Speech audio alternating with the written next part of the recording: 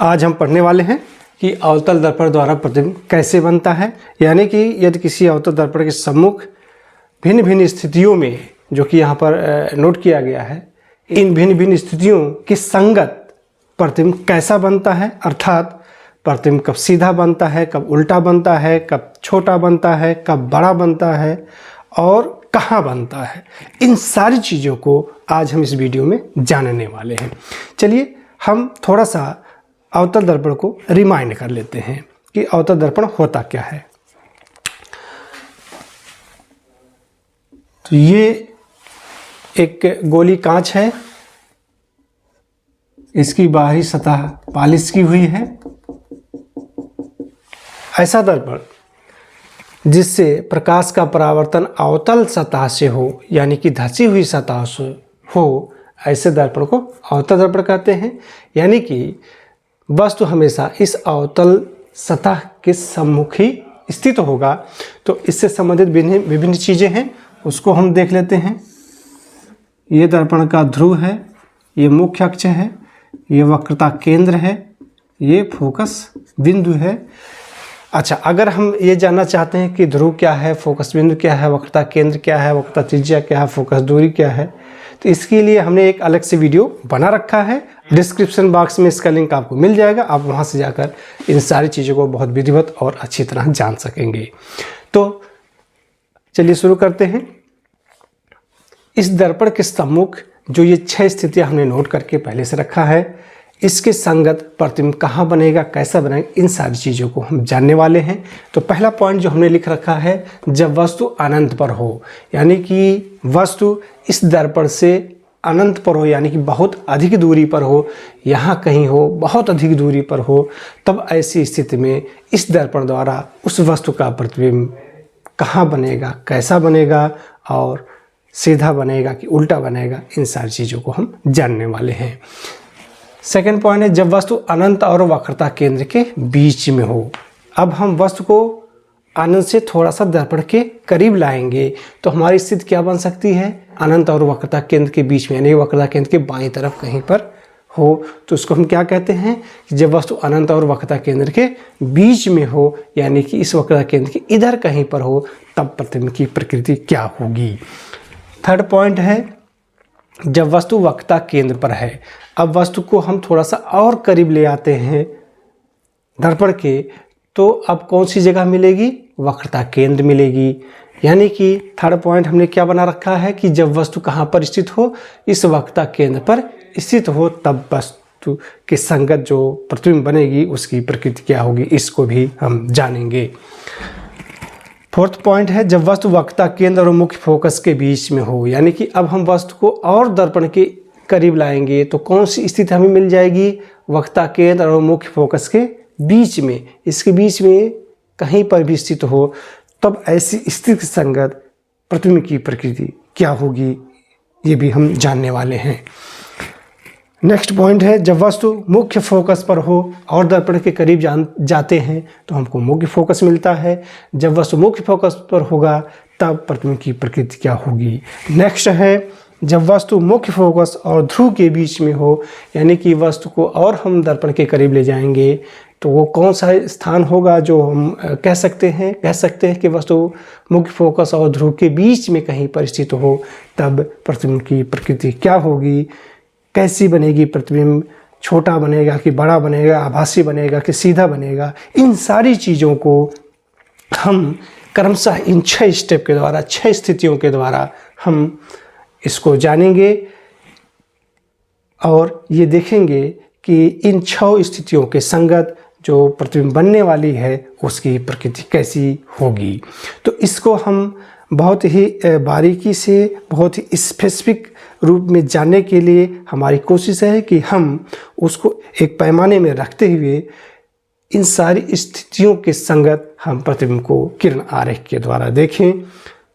तो इन भिन्न भिन्न स्थितियों के संगत जब हम वस्तु को रखेंगे तो किस प्रकार किरण आरेख को खींचना है प्रतिबिंब को ड्रा करने के लिए, इसके लिए भी हमने एक अलग से वीडियो बना रखा है जिसका लिंक आपको डिस्क्रिप्शन बॉक्स में मिल जाएगा। आप वहां से जाकर नियम को, किरण आरेख खींचने के नियम को जान सकते हैं। और इन विभिन्न स्थितियों के संगत प्रतिबिंब को ड्रा स्वयं भी कर सकते हैं। तो अब हम चलते हैं पेपर और पेन की तरफ, जिसमें हम एक अवतल दर्पण ड्रा करके एक नियत फोकस दूरी और वक्रता त्रिज्या को रखते हुए इन विभिन्न स्थितियों के संगत प्रतिबिंब के लिए किरण आरेख खींचकर हम सारी स्थितियों को भली भांति करके देखने वाले हैं। तो आइए शुरू करते हैं। वस्तु अनंत पर है, ऑब्जेक्ट एट इन्फिनिटी। तो सर्वप्रथम हम करते क्या है, एक स्केल की सहायता से मान लीजिए एक मुख्य अक्ष में ड्रा कर लिया, 4 सेंटीमीटर है, तो 4 सेंटीमीटर का एक अवतल दर्पण बनाएंगे जिसका वक्रता केंद्र यहाँ पर होगा। ये नोक वक्रता केंद्र सी कहलाएगा और यहाँ से यहाँ तक की दूरी 4 सेंटीमीटर होगी जो वक्रता त्रिज्या कहलाएगी। ये वक्रता केंद्र सी हो गया, वक्रता केंद्र सी, ध्रुव पी और इसका मध्य बिंदु सी और पी का बिल्कुल मिडिल पॉइंट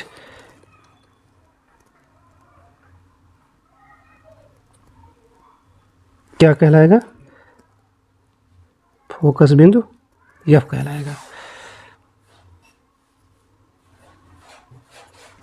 ऐसे हम सारी स्थितियों के लिए ड्रा कर लेते हैं।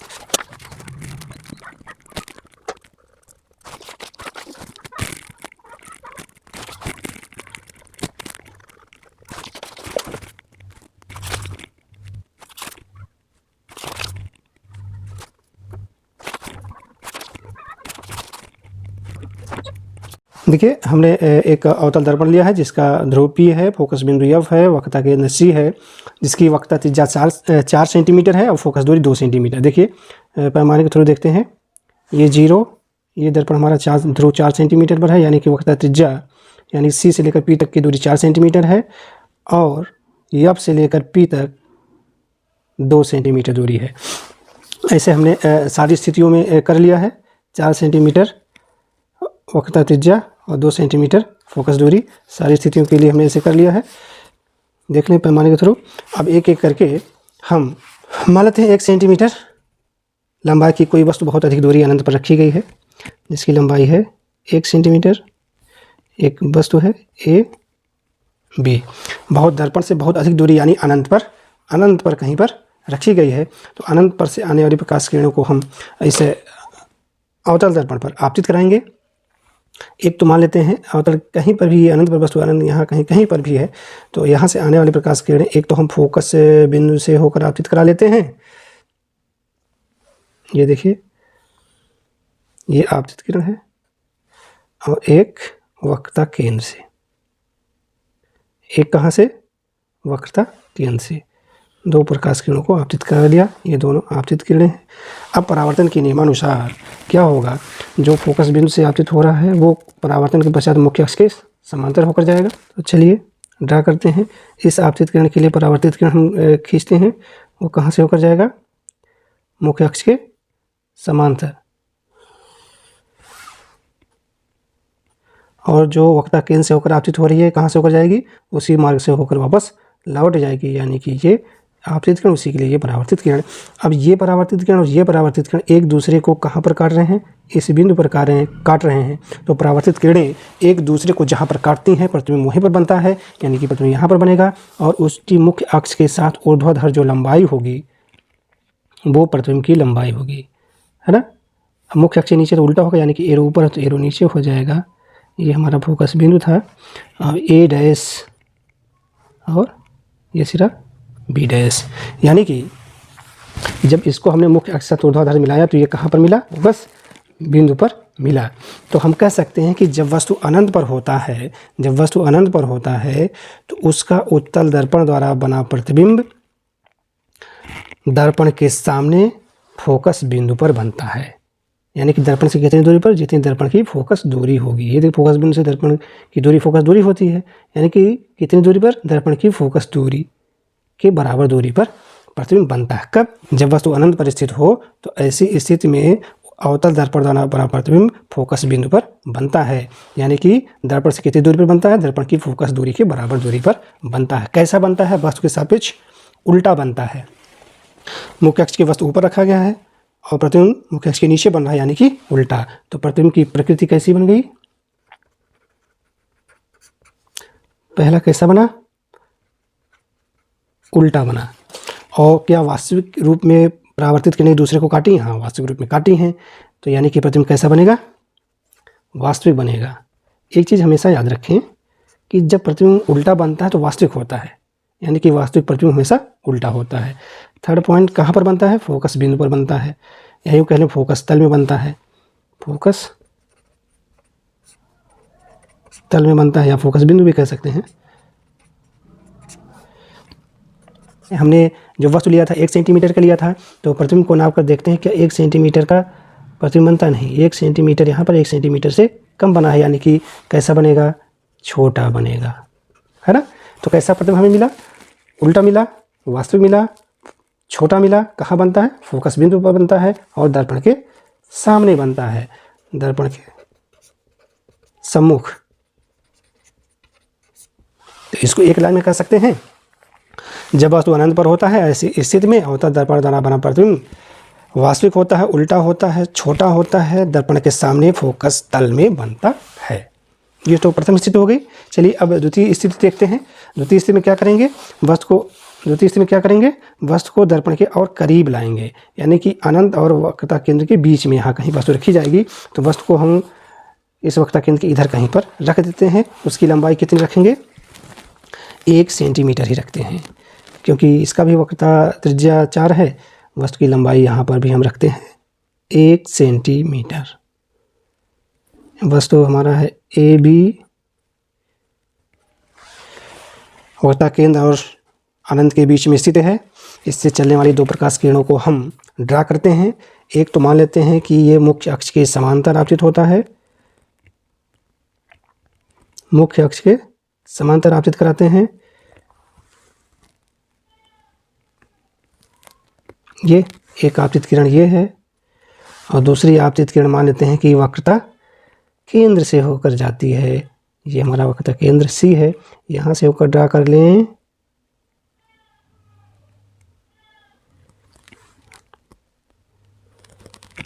ये दूसरी आपतित किरण, ये एक आपतित किरण ये है, एक आपतित किरण ये। अब क्या होगा? आपतन के पश्चात परावर्तन होगा। मुख्य अक्ष से समांतर आपतित होने पर किरण कहाँ से जाएगी? फोकस बिंदु से होकर जाएगी।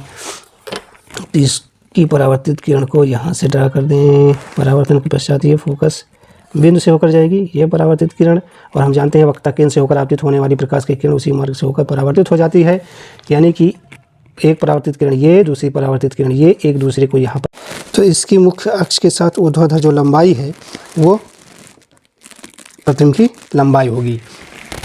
तो अब देखिए प्रतिबिंब बनता कैसे है, किस प्रकार की प्रकृति उसकी मिलती है। वस्तु कहाँ बना? दर्पण के सामने बना, यानी कि दर्पण के सम्मुख बना। पहला पॉइंट हमने नोट कर दिया। वस्तु मुख्य अक्ष के ऊपर है, प्रतिबिंब मुख्य अक्ष के नीचे बना, तो क्या कहा जाएगा कि प्रतिबिंब उल्टा बना। और दोनों परावर्तित किरण, ये परावर्तित किरण और ये परावर्तित किरण एक दूसरे को वास्तविक रूप में काट रही हैं, तो प्रतिबिंब की प्रकृति कैसी होगी? वास्तविक होगी। अब इसकी लंबाई देखें, वस्तु को हमने 1 सेंटीमीटर लंबाई लिया था, प्रतिबिंब की लंबाई को नापें तो 1 सेंटीमीटर, ये देखिए 1 सेंटीमीटर यहाँ पर, 1 सेंटीमीटर से कम लंबाई प्रतिबिंब की मिलती है, यानी कि प्रकृति इसकी कैसी होगी? वस्तु के सापेक्ष छोटा होगा। और बना कहाँ है? ये वक्रता केंद्र और फोकस बिंदु के बीच में बनता है, यानी C और F के बीच में कहीं पर बनता है। तो हम ये कह सकते हैं कि जब वस्तु वक्रता केंद्र और अनंत के बीच में कहीं पर हो तो जो प्रतिबिंब बनता है वो प्रतिबिंब दर्पण के सम्मुख बनता है, वास्तविक बनता है, उल्टा बनता है, वस्तु के सापेक्ष छोटा बनता है। और लोकेशन इसका कहाँ होता है? वक्रता केंद्र और फोकस बिंदु के बीच में कहीं पर होता है। तो चलिए इसी प्रकार हम अन्य स्थितियों के लिए किरण आरेख को खींचते हैं तो क्या पाते हैं? ये मिलता है। देखिए अब तृतीय स्थिति हम लेते हैं, जब वस्तु कहाँ पर हो? वक्रता केंद्र पर हो, यानी कि वक्रता केंद्र यानी कि C पर हो, तब प्रतिबिंब कैसा बनता है। इसके लिए एक प्रकाश किरण को हमने मुख्य अक्ष के समांतर आपतित किया है, जिसकी परावर्तित किरण कहाँ से होकर जाएगी, फोकस बिंदु एफ से होकर गई है, और दूसरा आपतित किरण हम इस वस्तु से फोकस बिंदु से होती हुई खींचे हैं। तो हम जानते हैं जब फोकस बिंदु से प्रकाश किरण आपतित होती है तो परावर्तन के पश्चात मुख्य अक्ष के इस मुख्य अक्ष के समांतर हो जाती है। तो एक परावर्तित किरण ये और दूसरी परावर्तित किरण ये एक दूसरे को यहाँ पर वास्तविक रूप में काटते हैं तो प्रतिबिंब वास्तविक बनता है। वस्तु के सापेक्ष प्रतिबिंब मुख्य अक्ष के नीचे बनता है तो उल्टा होगा। और इसकी लंबाई जरा नापने, वस्तु की लंबाई हमने अन्य स्थितियों की भांति 1 सेंटीमीटर ही रखा है और इसके संगत हम प्रतिबिंब की लंबाई नापते हैं तो देखिए एक यहाँ पर है 1 सेंटीमीटर मिलता है, यानी कि जितनी लंबाई वस्तु की होगी उतनी ही लंबाई प्रतिबिंब की प्राप्त होती है। हम कह सकते हैं जो प्रतिबिंब बनता है वस्तु के बराबर लंबाई का बनता है। कहाँ बनता है, लोकेशन उसका क्या होता है, वक्रता केंद्र पर ही बनता है। अच्छा, और कहाँ है, ये दर्पण के सामने बनता है, दर्पण के पीछे ना बन करके कहाँ बनता है, दर्पण के सामने, यानी कि दर्पण के सम्मुख बनता है। यही एक स्थिति ऐसी है कि जितनी दूरी पर वस्तु रखी जाती है उतनी ही दूरी पर प्रतिबिंब ये बनता है। यानी कि अगर किसी गोलीय अवतल दर्पण की वक्रता त्रिज्या 10 सेंटीमीटर है, वक्रता त्रिज्या 10 सेंटीमीटर, हालांकि यहाँ पर हमने 4 सेंटीमीटर लिया है, तो चलिए यही कह लेते हैं। मान लेते हैं इस गोलीय अवतल दर्पण के सामने कोई वस्तु ए बी रखी गई है। कहाँ रखी गई है, वक्रता केंद्र पर, यानी कि 4 सेंटीमीटर की दूरी पर रखी गई है तो प्रतिबिंब भी 4 सेंटीमीटर पर ही बनेगा। ठीक, और जितनी लंबाई वस्तु की, यानी कि 1 सेंटीमीटर लंबाई की वस्तु है तो प्रतिबिंब की लंबाई भी 1 सेंटीमीटर होगा। चलिए अब नेक्स्ट 4th पॉइंट पर देखते हैं। उसी तरह हमने किरण आरेख खींच लिया है। अब वस्तु को हमने क्या किया है, सी से और करीब, दर्पण के और करीब ले गए हैं, यानी कि वक्रता केंद्र और फोकस बिंदु के बीच में हमने वस्तु को रखकर देखा है। ये स्थिति लिया है। एक प्रकाश किरण मुख्य अक्ष से समांतर आपतित किया है तो परावर्तन के पश्चात ये फोकस बिंदु से होकर गया है, और दूसरी आपतित किरण हम कहाँ लिए हैं, वक्रता केंद्र से होकर आपतित लिए हैं। ये आपतित किरण है, इसके संगत जो परावर्तित किरण होगा वक्रता केंद्र से ही होकर परावर्तित हो जाएगा। ये देखिए, ये परावर्तित किरण खींच लिया, दोनों परावर्तित किरणें ये और ये परावर्तित किरणें वास्तविक रूप में एक दूसरे से मिल रही हैं तो प्रतिबिंब वास्तविक बनेगा। मुख्य अक्ष के नीचे बना है तो उल्टा है। इसकी लंबाई अगर नापें, वस्तु की लंबाई उसी तरह 1 सेंटीमीटर लिया है, प्रतिबिंब की लंबाई 1 सेंटीमीटर से अधिक मिलता है, यानी कि प्रतिबिंब वस्तु से बड़ा बनता है। और कहाँ बनता, सी से अधिक दूरी पर, लोकेशन इसका देखें, यानी वक्रता केंद्र से अधिक दूरी पर बनता है। यानी कि अगर दर्पण की वक्रता त्रिज्या 4 सेंटीमीटर है तो 4 सेंटीमीटर से और दूर ही बनेगा प्रतिबिंब, और दर्पण के सम्मुख बनता है। तो अब और नेक्स्ट पॉइंट लेते हैं इसका 5वां पॉइंट। अब हम क्या करते हैं, अभी हमने लिया था सी और एफ के बीच में, और आगे खिसकेंगे तो हमें मिलता है फोकस बिंदु, यानी कि मुख्य फोकस एफ मिलता है। यहाँ पर वस्तु को रखकर देख लेते हैं। एक प्रकाश किरण मुख्य अक्ष से समांतर हमने ड्रा किया है, इसके संगत जो परावर्तित किरण होगी वो फोकस बिंदु से होकर जाएगी। अच्छा, और जो ये वक्रता केंद्र से होकर हमने ड्रा किया है वो उसी वक्रता केंद्र से ही होकर वापस लौट जाएगी। तो ये दोनों परावर्तित किरणें एक दूसरे से बहुत अधिक दूरी पर जाकर मिलेंगी। क्योंकि यहाँ पर थोड़ा लेंस यानी कि कैमरे का सेटअप थोड़ा सा डिस्टर्ब है तो आपको दिख रहा होगा यहाँ पर पहले, हालांकि स्थिति ऐसी नहीं है। अब वास्तविक रूप में देखेंगे तो आपको लगेगा कि ये दोनों ऐसा लग रहा है जैसे पैरेलल जा रही हूँ, है ना। तो यानी कि बहुत अधिक, पैरेलल तो नहीं है, हल्का सा एक दूसरे की तरफ झुकी हुई है। तो ये जब बहुत अधिक दूरी पर जाएंगी तो एक दूसरे से मिलेंगी, वास्तविक रूप में मिलेंगी तो प्रतिबिंब हमारा वास्तविक बनता है। हालांकि पेज छोटा पड़ गया है, बहुत अधिक दूरी पर लेकर मिलाएंगे तो मिलेंगी, तो प्रतिबिंब हमारा वास्तविक रूप में मिलता है। और मुख्य अक्ष के नीचे ही बनेगा तो उल्टा बनेगा। तो मुख्य अक्ष देखिए, बहुत जैसे जैसे दूरी आगे बढ़ती जाएगी मुख्य अक्ष के साथ इसकी दूरी भी बढ़ती जाती है, यानी कि बहुत अधिक दूरी पर जाकर मिलेंगी तो प्रतिबिंब की लंबाई भी बहुत अधिक होगा, यानी कि वस्तु के सापेक्ष प्रतिबिंब बहुत ही बड़ा होगा और दर्पण के सामने मिलेगा, दर्पण के सम्मुख मिलेगा। और लोकेशन कहाँ होगा, कहाँ, बहुत अधिक दूरी यानी कि अनंत पर प्रतिबिंब में प्राप्त होगा, है ना। तो ये हो गया जब वस्तु मुख्य फोकस पर हो। अब हम अगला स्टेप लेते हैं, जब वस्तु मुख्य फोकस और ध्रुव के बीच में और वस्तु को दर्पण के करीब ले आते हैं तब क्या मिलता है, तब हमें मिलता है, देखें तब हमें क्या मिलता है, हमने वही काम किया है। एक प्रकाश किरण को इस वस्तु से मुख्य अक्ष के समांतर आपतित किया ये किरण, और जब ये दर्पण पर आपतित हुई तो परावर्तन के पश्चात मुख्य फोकस एफ से होकर गई है। और दूसरी प्रकाश किरण यहाँ से हमने ये आपतित किया है ये वक्रता केंद्र से होते हुए आपतित किया है, तो उसी मार्ग से होकर वो वापस परावर्तन के पश्चात वापस लौट जाएगी। तो ये देखने साफ लग रहा है कि ये दोनों परावर्तित किरणें एक दूसरे से आगे कहीं नहीं मिलेंगी, क्योंकि ये अपसरित हो रही हैं। ऐसा लग रहा है कि ये पीछे से कहीं से मिलकर आ रही हैं। तो चूंकि ये पीछे की जो क्रिया होगी वो आभासी होगी, तो इसके लिए हम डॉटेड लाइन से शो करेंगे। मुख्य इसको डॉटेड लाइन से हमने पीछे बढ़ा दिया है, और इन दोनों परावर्तित किरणों को भी हमने डॉटेड लाइन से पीछे बढ़ा दिया है। तो ये आभासी रूप से यहाँ पे मिलती हुई प्रतीत हो रही हैं। तो प्रतिबिंब की प्रकृति भी आभासी होगी, और मुख्य अक्ष के ऊपर है तो सीधा होगा। और लंबाई अगर नाप कर देखें तो उसी हर स्थितियों की बात इसकी भी लंबाई वस्तु की 1 सेंटीमीटर लिया है, उसके संगत जो प्रतिबिंब की लंबाई 1 सेंटीमीटर से अधिक मिल रहा है, यानी कि वस्तु से बड़ा बनता है। कहाँ बनता है? दर्पण के पीछे बनता है। यही एक स्थिति ऐसी है जब अवतल दर्पण द्वारा प्रतिबिंब आभासी बनता है और वस्तु से बड़ा बनता है। इस प्रकार आप अवतल दर्पण द्वारा वस्तु की इन 6 स्थितियों में प्रतिबिंब की प्रकृति को भली भांति जान पाए होंगे, समझ पाए होंगे, और उम्मीद है इसको आप स्वयं भी ड्रा कर सकते हैं। और इस तरह के अन्य वीडियो के लिए हमारे साथ बने रहें। अब मिलते हैं नेक्स्ट वीडियो में।